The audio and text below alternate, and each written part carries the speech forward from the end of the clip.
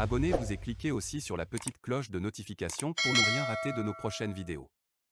N'oubliez pas de partager aussi la vidéo et de la liker. Afrique N24. Lomé sous l'eau, Lomé la porcherie.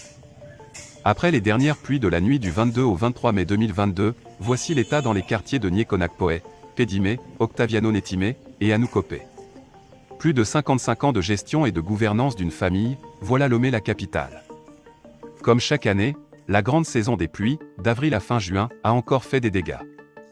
Comme à chaque saison, des inondations dans la capitale Lomé. Ce matin, une grande pluie s'est abattue sur la capitale avec beaucoup de dégâts matériels par endroits. Et déjà plusieurs quartiers de la ville sont sous l'eau, des maisons inondées, des étangs d'eau dans tous les coins avec des tas d'ordures qui trônent à la surface, des ruelles complètement inondées. C'est la croix et la bannière pour les habitants de ces quartiers de se déplacer et vaquer à leurs occupations durant cette période pluvieuse. Ces quartiers qui végètent déjà dans l'insalubrité totale, ont besoin d'aménagement afin que les populations soient protégées. Les populations aux abois interpellent les maires des communes à vite trouver une solution au problème. Une situation qui repose l'éternel débat sur la politique nationale d'assainissement de la ville de Lomé. Et pourtant, on se rappelle, le gouvernement togolais avait rassuré les Togolais, il y a quelques années, que le phénomène d'inondation, surtout à Lomé, est globalement maîtrisé. Ceci, grâce aux ouvrages d'assainissement construits ici et là pour contenir les eaux de ruissellement et surtout, les infrastructures routières dotées d'un système de canalisation qui éviterait désormais aux Togolais, les inondations. Pour ceux qui connaissent Lomé, à chaque année, il y avait des pluies, des inondations et des victimes. Mais grâce à un programme de la Banque mondiale, notamment le programme d'urgence de la construction de l'assainissement, on a construit des bassins de rétention et de grosses canalisations. Aujourd'hui, nous n'avons plus ce genre d'inondation, a fait savoir, à propos sur la chaîne allemande Deutsche Welle, Fornia Simbe. Pourrait-on une fois être sérieux dans la gestion de ce pays? Pourrait-on? Des projets d'assainissement, pour quels résultats? Une analyse croisée des innombrables projets d'assainissement réalisés depuis ces dernières années et les réalités du terrain aujourd'hui amène à se demander à quoi ont réellement servi ces projets et les fonds engloutis. Car, de projets allant dans le sens de la protection contre les inondations, on en a eu. Plan directeur d'assainissement, PDA, d'une valeur de 150 milliards francs CFA couvrant la période 2004-2015. Projet eau et assainissement au Togo, PEAT, un projet d'aménagement urbain du Togo, prévoyant la construction d'ouvrages d'assainissement et de drainage d'eau pluviale dans les zones urbaines de Lomé.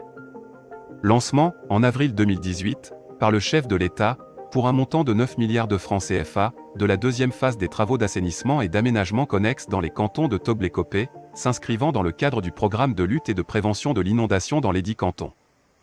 Inauguration, en mai 2018, toujours par Fornia Simbe, du 4e lac et assainissement des quartiers environnants, avec un investissement d'une hauteur de 28 milliards francs CFA. Ils sont vraiment nombreux ces projets qui, à l'arrivée, n'ont pu épargner les Togolais de vivre les inondations. Ceci, au point de se questionner sur les réels impacts de ces projets si ce n'est de faire, in fine, des milliardaires au dos du contribuable togolais. Des craintes partout et des riverains qui retiennent leur souffle. Dans un tel contexte de crainte permanente d'un lendemain incertain, la question qui se pose est de savoir à quoi servent tous ces ouvrages d'assainissement. Si ce n'est pour renflouer les comptes en banque de cette minorité pieuse à la tête du pays. L'on est véritablement en droit d'affirmer aujourd'hui que les Togolais ont de nouveau de longs jours de peine devant eux. Malheureusement.